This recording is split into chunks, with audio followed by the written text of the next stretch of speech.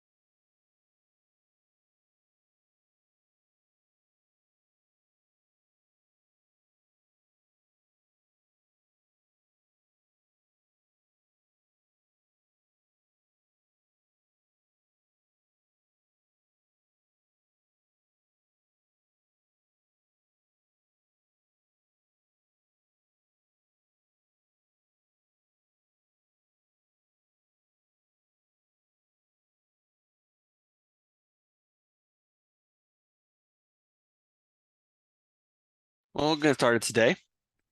First of all, my name is Tyler Haynes. I'm in the pre-sales engineering team today. Usually Will takes on Mondays, but Will is unfortunately not available today.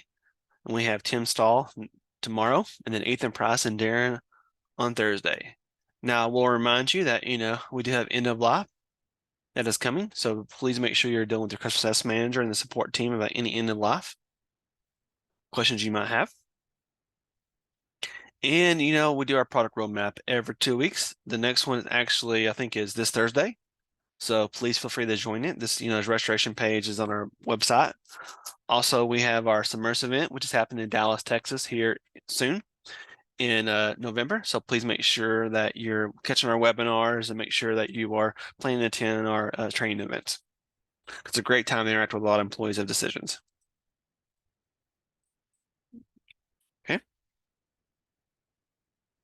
So now we're going to simply jump right into it. And I'm going to start asking. We have a lot of pre-submitted questions today, but I noticed that we only have a few people that have logged in. So first one is Carlos. I think you had a pre-submitted question concerning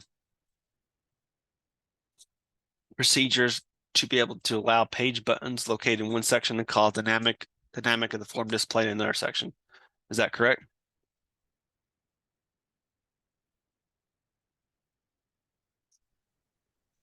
Hi, Tyler. Yes, it is. This is my question.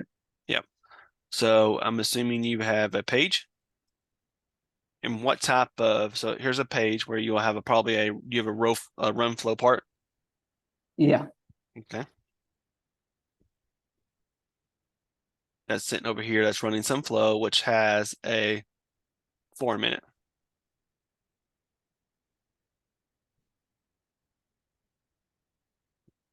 I don't know what I want to do.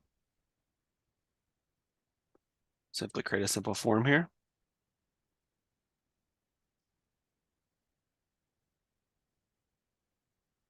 And you want this form to have some data, which is directly from a button. So let me go and put a text box here. Call this data.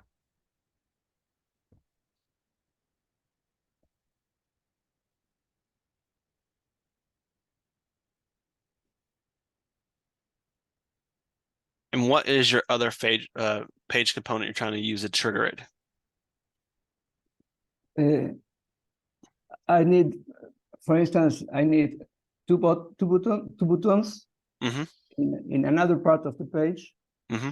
And each button has to call a different flow run part. At least in the same flow run part has to display a different form. Okay. And you want that form displayed in the same location on the dashboard? Yes. To be more precisely, in the left, you think you have two buttons. Mm-hmm. One button is showing form 1. And if you click the other button, it shows you form 2. in the same flow run path. Okay. Have you thought about having those buttons not be page buttons and buttons on the form themselves? And the Yes, form, but yes, sorry. yeah, go ahead. If I do it in pages, I need to refresh in forms. I need to refresh the all preset window for each form I change. Mm-hmm. And because I am trying to copy a legacy ERP system that they don't have so many refreshes, I want to preserve the less refreshes I can. Okay. Sorry. Let me find, I'm trying to think what's the, so because I can refresh the page, I can run another flow, which would update something else, but we still got to refresh that form. So what I would, Sorry, I lose the audio. Can you repeat for me? yeah. So what I would do is I would run another flow, make that button a flow, which runs, which then triggers the update of that form. So what it would do is be able to call that, let's see, how would you do that? You have to have the form update. So the form needs to have a refresh button on it.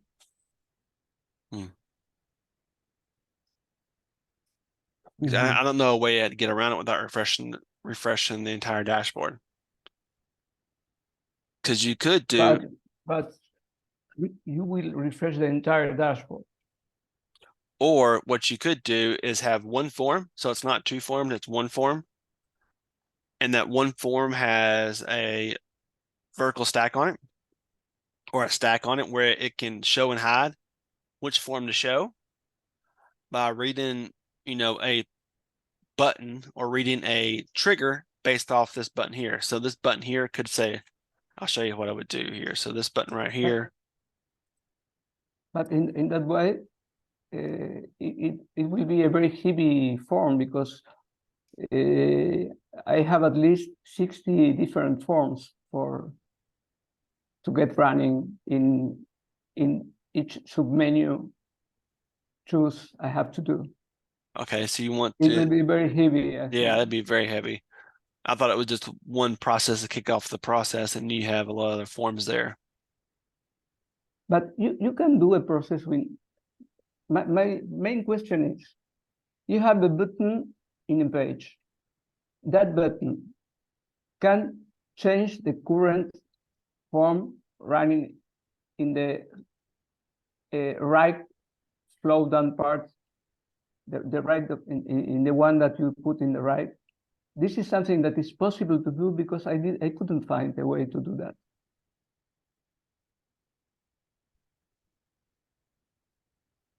This is okay for a report, but not for.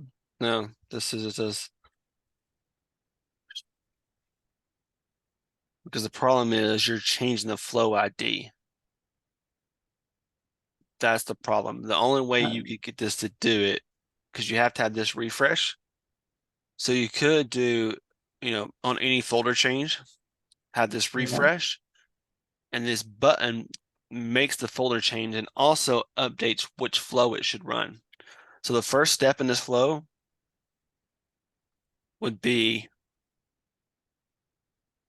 not the form, it would be this. It would be, I want to fetch. So right here you have which flow I should run. Call this, it's going to fetch the flow to run. So this would fetch flow to run. Okay. Interesting. So it would fetch the flow to run. So it's like a database table you just keep up, and that button just updates the table for the specific record, specific user, specific time, and it says refresh. And then you just run a subflow on here. And of course, on the subflow, you're going to, do a runtime selection and pass in that target ID from the step. And then that will automatically refresh that. And on this one, on this flow, you would go ahead and do let's say I want to update. It's really be an update step where you update a structure. I don't have anything in here, do I? This is my local environment. I just nuked it a while back. I don't have much in here. So you would do a save step where you update it. And then after this, you would do folder. You would do where's my send folder change event? Send folder change event. And the folder ID is the folder ID in the dashboard stored in. So you update which flow it needs to run and do there. And then when it sends a folder change event, it's going to update that one little section of the form. And in the other flow, for instance, which have to be the code of the ID of the ID that I have to storage. This is the ID of the forms The flow that's calling of the flow. to be the ID of the flow. Because you want, you have 60 different forms. You just want to call the ID of the flow, which has the form, then the save step and all that behind it. Mm-hmm.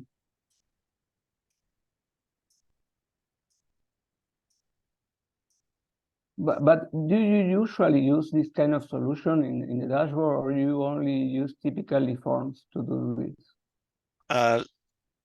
We typically use just forms to do it and then show or hide. Now it all depends on the use case, Carlos, without, having more details about your use case, which we don't have time to get on this call, but we're happy to schedule another time frame to be able to talk about that. It really gets Okay. into the details of the use case, if that makes sense, because all those use case nuances provide the best way to be able to do it. Okay. Okay. Thank you, Tyler. This is why I was thinking top of my head right now, the way to get Okay. it Okay. accomplished. Very clear. Thank you. Mhm. Next question.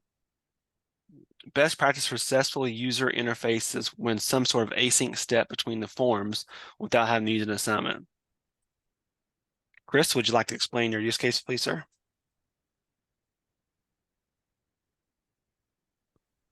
Um, I'm trying to remember. Is that all I wrote? Yep. At least that's all I got. Say that one more time. Best practice for successful user interfaces, i.e. forms, when there is some sort of async step between the forms without having to use assignments. So I'm assuming, Yeah, like trying to take a user from one form to another form when you got an async step in between. I think I figured it out though. I guess I didn't realize there's a pause flow and there's a delay flow. Mhm. And delay does not send you async. No, it does not. So I think for what I was working on at the time, that was the best solution. Although running back to Carlos's question, that send folder change, um, it seemed to only work if I was looking at a dashboard within the portal. Like if I turned the Chrome off, Mm-hmm. or if I viewed the dashboard in a new page, Yeah. it was not working. Like, is that by I'm not, design? I do not know. That's something to bring a support ticket up and have our dev team look at. I don't know if that's by design or it Yeah. could be a bug. I don't know. I mean, because you have some use cases where want to be able to expose, kind of like you can expose a form as a web UI. Mm-hmm. I mean, can you expose a page the same way You can using guest account. using guest account? And do they still have to log into that guest account or? No, Okay. just a URL parameter. Okay. So if I go into my list, look at my page. See, page doesn't have the ability to be able to, Expose. expose over an API. But technically, if you have a folder right here, that will say, okay, I want to add a folder here and call this folder 1. Yeah, let me move it. Move to root. And then you technically add a page here. Mm-hmm.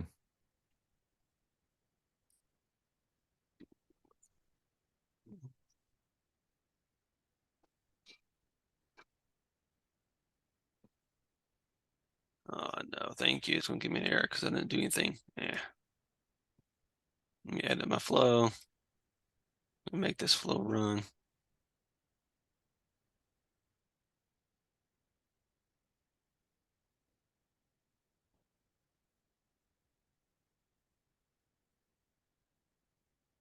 Patch the account, that's fine. I'm just going to delete this. Just make this flow to run.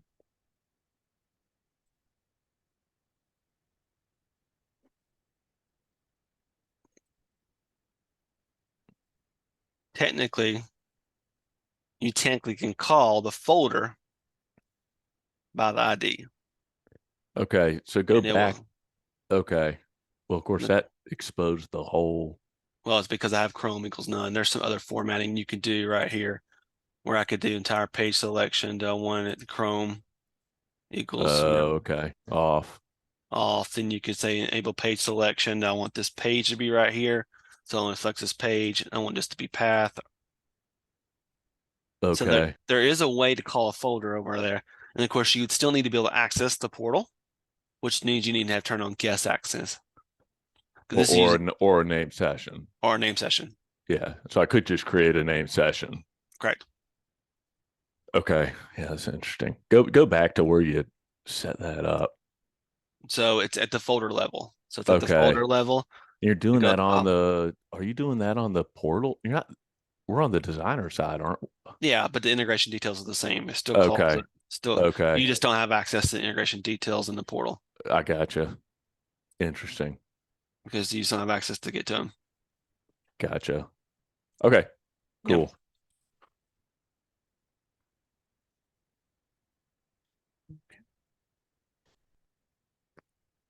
All right. So the next pre-submitted question we have is there a way just take the last two digits of the year rather than 2023? It's possible to get 23. I've tried split spring and parse state with format, but I keep getting an exception. So you're looking to, I'm going to get out of this folder. You want to be able to parse date.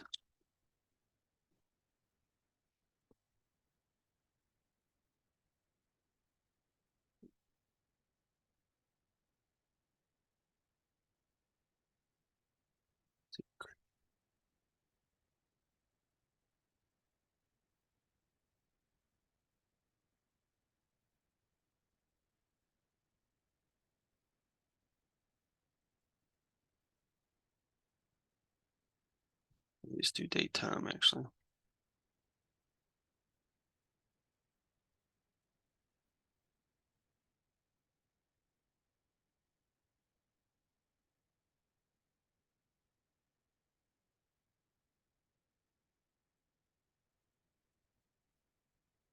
So after that, you want to be able to take this date time, show it on a form, I'm assuming, whether it's a just the year, correct? Or are you trying to save it in a database?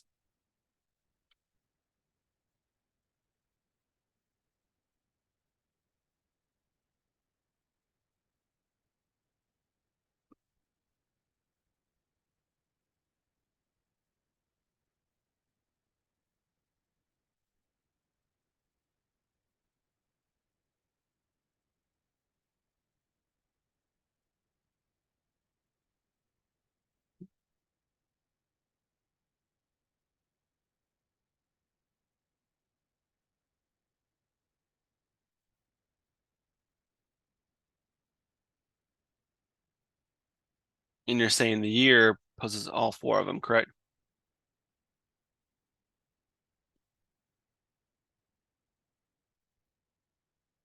So 2023.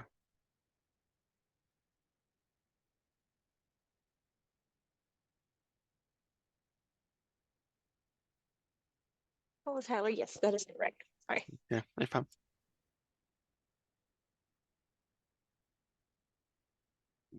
Yeah, where's my split?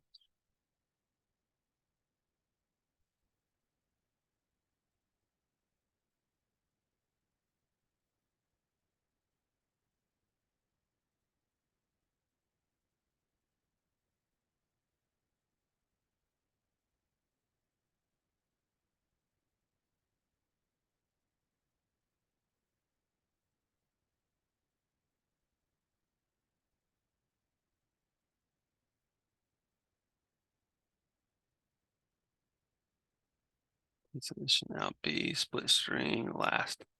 I did this correctly. There you go. So see what I did? Because we know it's a year, we know it's, all years are 4 digits. Well, until we get to a lot more years than we have currently. So what I suggest doing is passing it into a split strings by character position and pass it in as date year unformatted, which makes it just a string. And then you'll get the last 2 characters. And just when you read it, you want to do split strings by last, because actually it's the last, because you only want the last 2 digits. Is that correct? Yes, that is correct. So I would just, get your date, however you get your date, hmm do a split string by character by positions, and I would make sure that I choose down to the year where it's actually a string. So not the year level, but the unformatted level, which is a string. And then I put position 2, I don't fail, and then it just puts out the last 2. And then when I'm passing it downstream, I want to use the last, because the first would be 20, the last would be the last 2 days of the year, 23. Okay, gotcha. That makes sense. Thank you so much. Not a problem. All right, my next question that I have currently.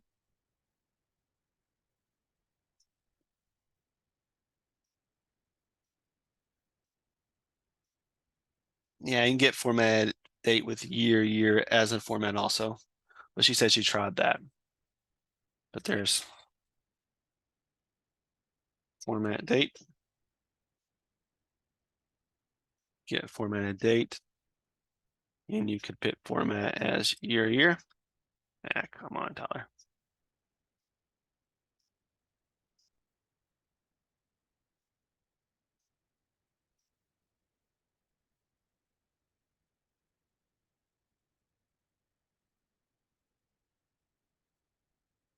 So you can do that also. Let's see, make sure. Yep, so you can do that also. So you can use the get format as date step and be able just to have the parameters YY in it. So either way, still doing the same function. It's just different steps to get the same problem. You're still passing the data in and be able to split it.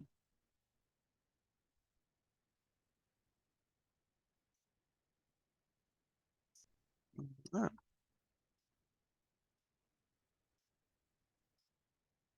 The next question I have is from Shaw.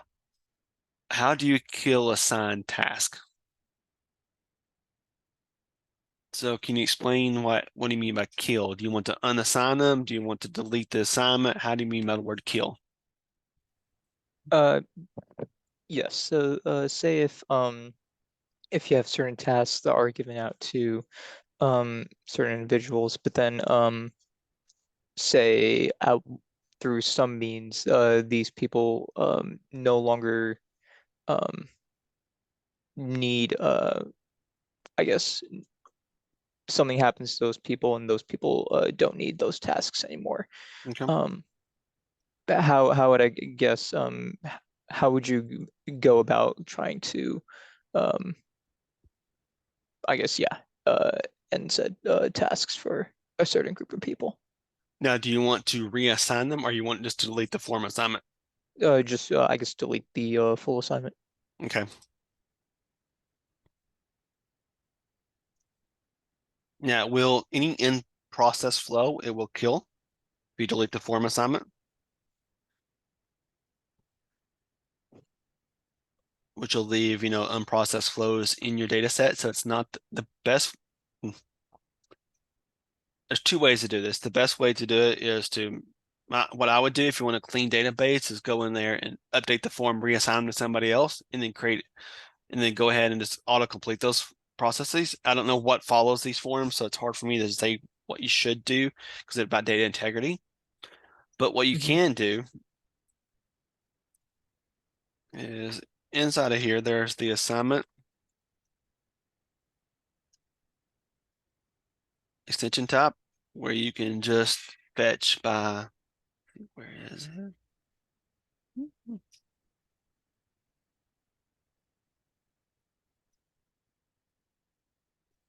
I don't need that one.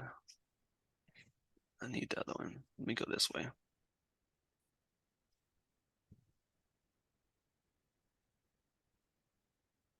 Actually, I can do that one. Do it this way.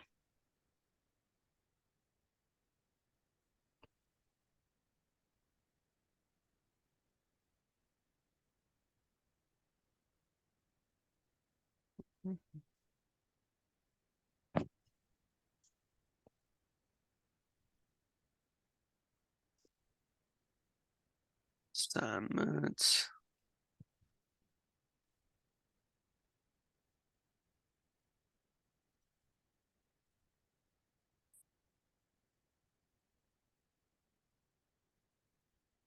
Okay, let me see.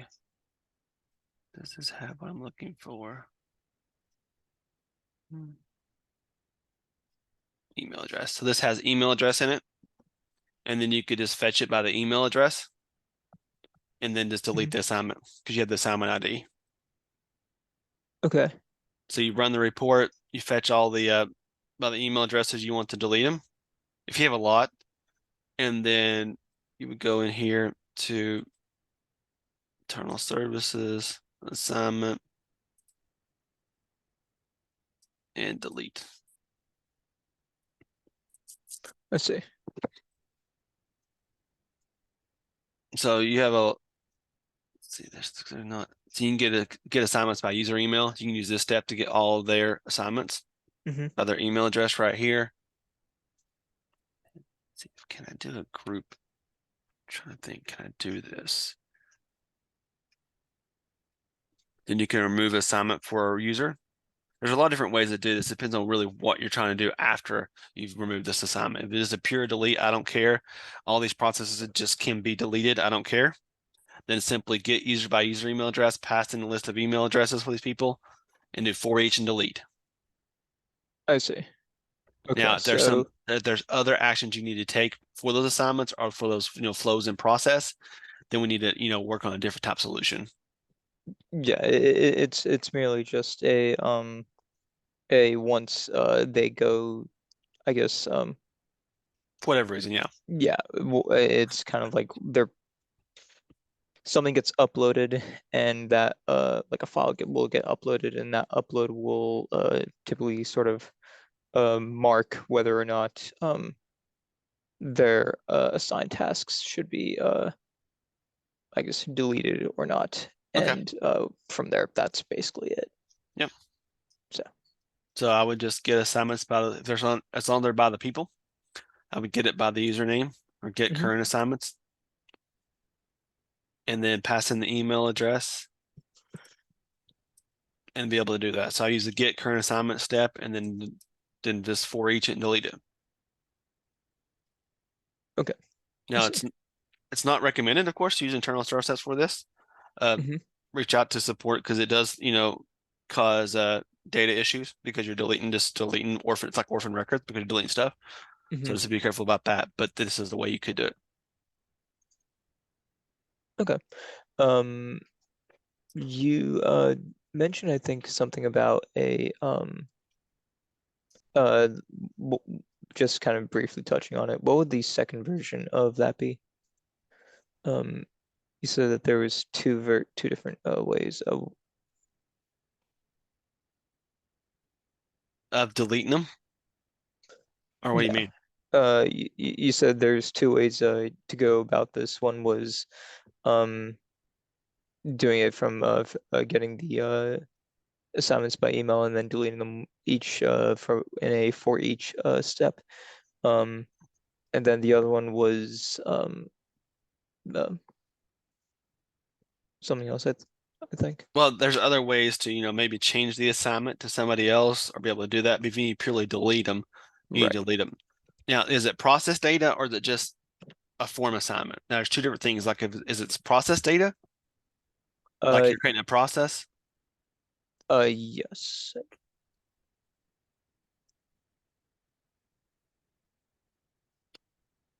You also can, depending on what the process data is, you can also just mark the process data if it's a, it's case entity completed and do that option. There's a lot of different options.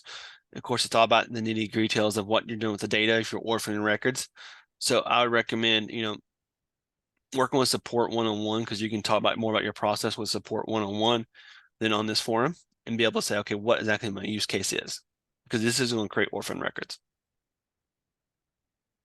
I see. Okay. Or orphan processes or flows. Got it. Okay. Perfect. Yeah, I think that answers my question. Thank you very much.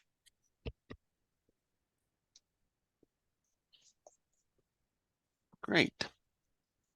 So now I'm going to simply, we have a lot, if there's any other questions from anybody who is on the call, I do have, a lot more pre-submitted questions, which I'm happy to go through and answer, but I will make sure anybody who's on the call currently, if they have a question they need to ask. Yes, go ahead.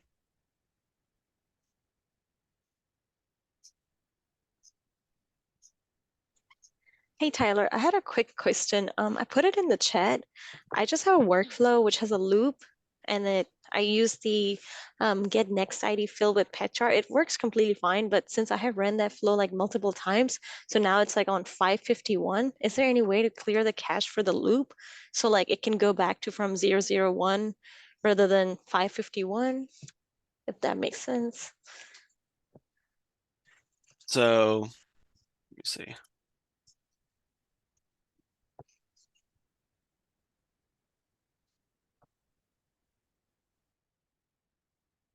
So I'm assuming you're running the get next ID step. What step are you running to create the ID? So I'm just getting the get next ID fill with Pad Char one because I only want the last 3 digits. Like I only want the length to be 3 digits. Okay. Mhm.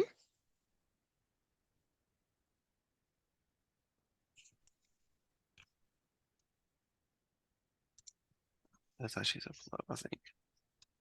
Oh, I'm gonna loop it myself, Tyler.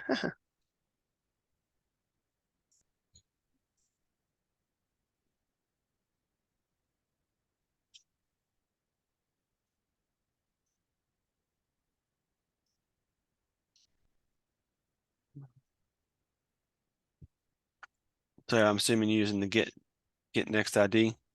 Get next ID. It's the second one after that. That one. Yes. Thank you. Okay. And you're saying length is 3, 3. and then 0. I just put it 0 because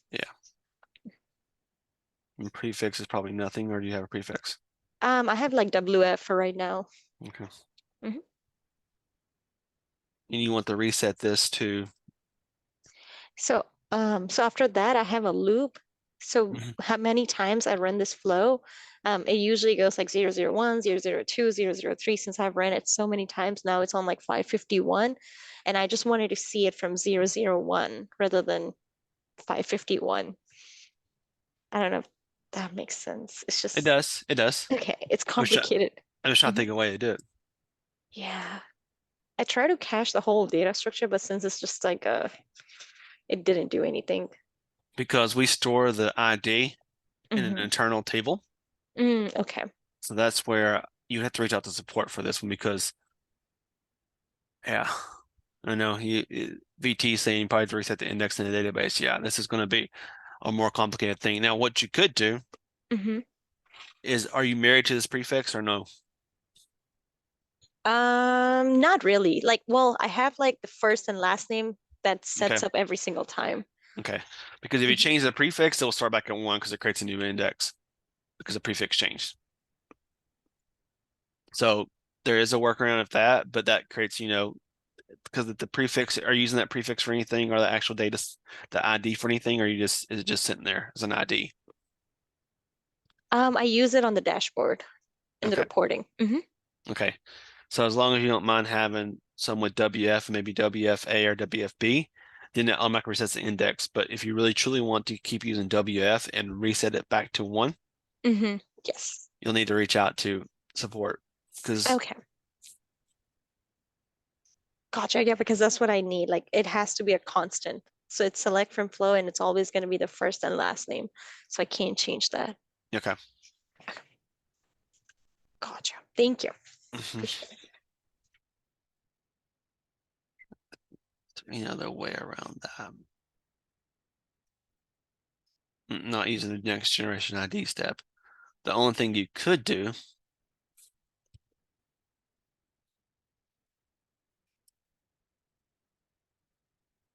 see, because it's going to the ID steps always use that. Now that for each loop, are you taking that for each loop every day? Or what are you trying to do? Because there could be, if it's a for each loop that kicks off the process, what you could do in the for each loop is, the for each loop automatically creates an index. Yeah, I just have a for loop Oh, rather it's than for each, okay. sadly. Okay. I'm trying to think of a way to create an index every day, which you could reset it every day. Okay. Yeah, reach out to support on this one because this is getting into the indexes internally, and I don't want to teach you the wrong way. There's ways around it. We need to make sure that we don't mess up any other indexes. Gotcha. That makes sense. Thank you. Okay. Any other questions?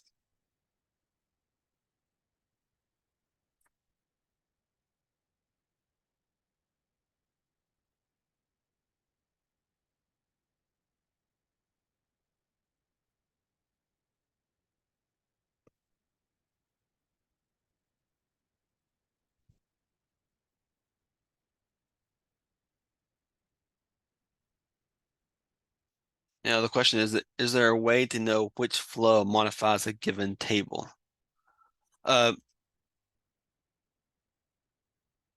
Person's not on the call, but I'll go ahead and answer it. There is. So if you go into, it's a little deeper. If you go into, let's see which one I'm looking at. Event viewer. You look at event viewer. You look at your database queries. You can tell exactly what your database query is. Let me go down here. See how I want to do this. You can check it from the profiler. But you can look at your database calls here. You can tell which time they happen. And there's ways to create reports around that to tell you, which flows actually call those database calls. So right here is where you can see what the parent was. And on this report right here, you can add in other features here, which gets you to the flow ID. So there is a way to get to the flow ID from that.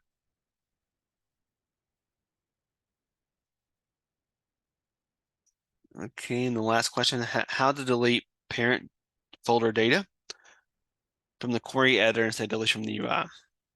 There is. Not recommended, of course. So if there's something you need to delete from that perspective, I would recommend archiving it and using the internal archiving tools in version 8 to archive it. Instead of the archive settings and create an archive path, then deleting it. Because we always recommend delete from the UI, not the query editor. Because, with the UI, we know all the nuances, all table relationships, so you don't have breaking table relationships. Because we recommend there.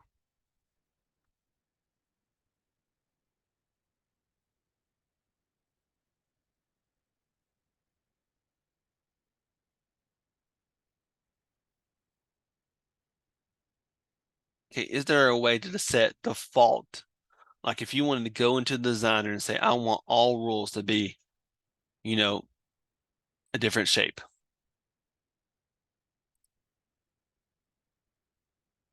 So let me see.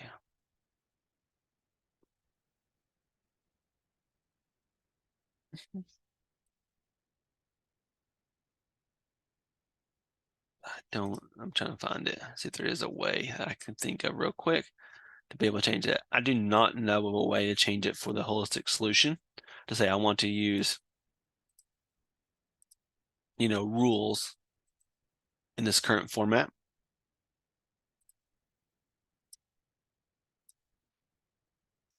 Let's see if I can go in here.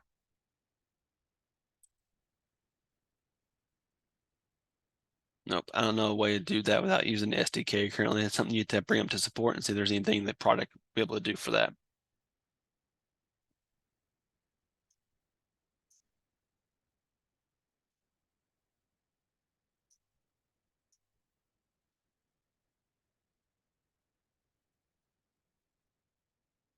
All right, the next two questions are both support questions that we have answered. So we'll have to reach out to those people from Anonymous, so we'll have to reach out to them directly through support. If there's not any more questions from the group, I will go ahead and end this a little bit early. I hope everybody has a great week.